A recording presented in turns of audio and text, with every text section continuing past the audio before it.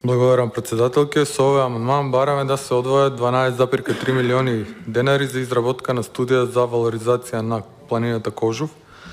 Таква студија е неопходна за да се започне постапка за прогласување на Кожув за национален парк.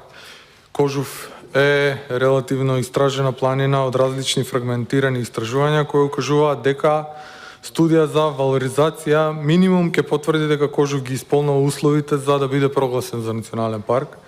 А може таква студија да покаже, бидејќи таа ќе биде сеопфатна, дека Кожув исполнува услови и за прв највисок степен на заштита, што е строг природен резерват или подрачјена дивина. Со други зборови, Кожув е национално богатство и како такво заслужува заштита.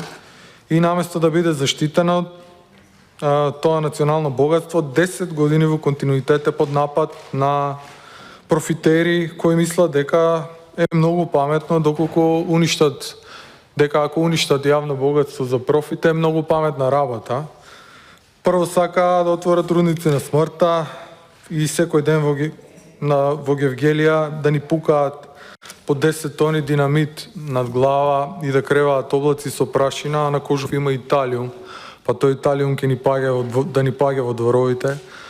Па сакаа да ни прават цијанидни хидроеловишти и цела вода да ја загадат. Имаше сериозен народен отпор со трибини, протести и прв историски успешен локален референдум во Македонија. Имаше на тој референдум излезеност околу 70% од вкупниот број на запишани гласачи, а 99 од нив беа против отварање на рудници на смртта.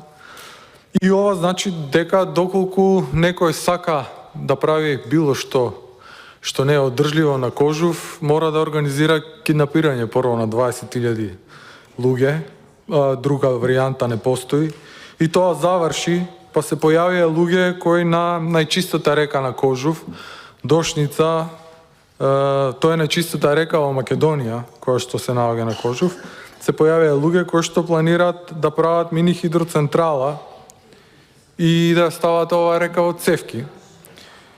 И се случи не само 20.000 луѓе од Гевгелија, туку се случи народ од цела држава да се крене и да дојде да го брани Кожув. Имаше 72 дена без престан блокада и се блокираше работата и отпочнувањето на овој проект, така што сега не се само граѓаните на Гевгелија пречка за правење на нешто неодржливо на Кожув, туку пречка се граѓаните од цела држава.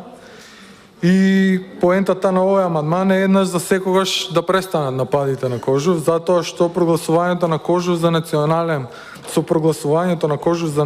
парк, тоа ќе биде невозможно и според Бернската конвенција и според домашното законодавство, конкретно Законот за заштита на природата, кој во член 75 став 1 предвидува забрана за било какви активности со кои се загрозува изворноста на природата во национален парк, а хидроцентралите токму тоа го прават. А еве и што вика препораката број 211 од 2021 година на Постојаниот комитет на Бернската конвенција, која се однесува конкретно на Македонија.